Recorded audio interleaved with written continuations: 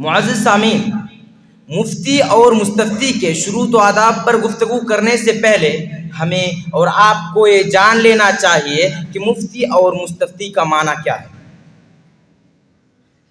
معزز سامعین، مفتی کا لغوی معنی ہے فتویٰ دینے والا۔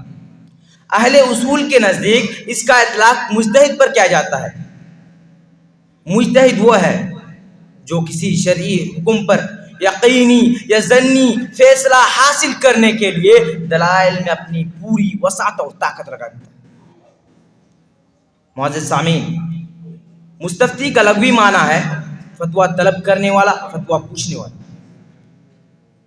اصطلاح میں اس شخص کو کہتے ہیں جو مجتہد یعنی مفتی سے فتویٰ طلب کرے یا مفتی سے فتویٰ پوچھے۔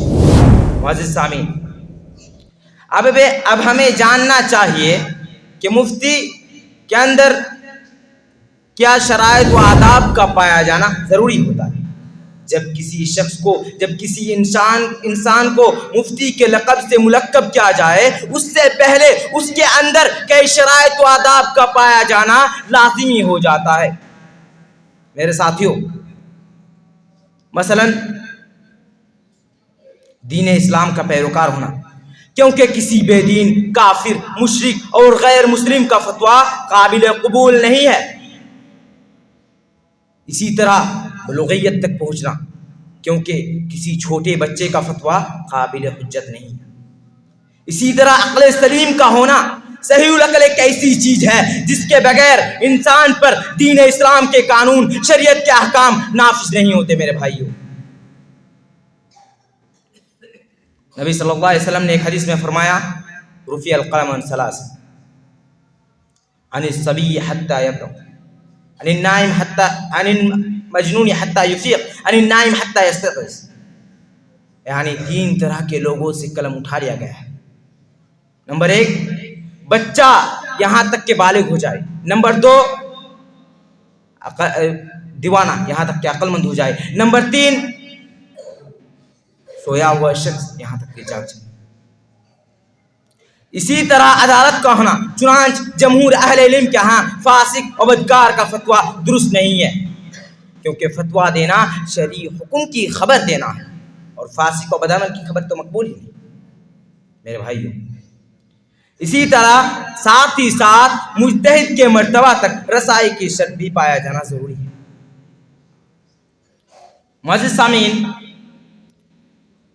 مفتی میں استنباط و استخراج کا انوکھا ملکہ بھی پایا جانا شرط ہے۔ یہ ایک فطری ملکہ اور قابلیت ہے۔ علمی شگف، گہرے لگاؤ اور وابستگی سے اس میں بڑھوتری ہوتی ہے۔ امام نووی رحمۃ اللہ علیہ المجموع شرح المہذب میں ارشاد فرماتے کہتے ہیں کہ مفتی کی شرط یہ ہے کہ وہ نفس شناس، سلیم الذہن، پختہ فکر اور صحیح نظر و استنباط والا۔ یہ چیزیں اس کے فتویٰ کو 2 پہلوؤں سے درست رکھیں میرے بھائیوں۔ نمبر 1، دلائل سے حکم کے استنباط کی درستگی۔ نمبر 2، حکم کی سوال کردہ صورت واقعہ پر حکم کی تطبیق کی درستگی۔ معزز سامعین، مفتی کو چاہیے کہ اپنے باطن کی اصلاح کر لے، اور جب فتویٰ دے تو نیک نیت کا ارادہ رکھے، اور لوگوں کی حالت کی اصلاح میں نبی صلی اللہ علیہ وسلم کو آئیڈیل اور نمونہ بنائے۔ اور مفتی کے اندر یہ بھی صفت و عدم ہونا چاہیے کہ اس کے افعال و اقوال شریعت کے مطابق ہو، اور جس چیز کا بھی وہ فتویٰ دے اس پر وہ عمل پیرا ہو، کیونکہ اللہ تعالیٰ نے سورۃ الصف کے اندر ارشاد فرمایا ہے، یا ایھا الذین آمنوا لم تقولون ما لا تفعلون، اے ایمان والو تم بات کہتے کہ وہ جو تم کرتے نہیں۔ اس آیت سے بات پتہ چلتا ہے کہ جس چیز کا بھی ہم فتویٰ دیں اس پر ہمیں پہلے عمل پیرا ہونا ضروری ہے۔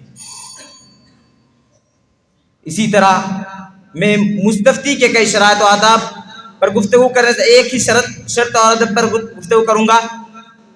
شرط اور ادب اہم یہ ہے کہ مستفتی کو چاہیے کہ اہل علم سے دریافت کرے۔ جب اسے کسی چیز کے بارے میں یا کسی چیز کے بارے میں علم نہ ہو تو اہل علم سے دریافت کرے، کیونکہ اللہ تعالیٰ نے سورۃ النحل کے اندر ارشاد فرمایا ہے، فاسألوا اہل الذکر ان کنتم لا تعلمون۔ جب تمہیں کسی چیز کے بارے میں علم نہ ہو تو تم اہل علم سے دریافت کرو۔ میں اپنی تقریر کو یہیں سے ختم کرنا چاہتا ہوں۔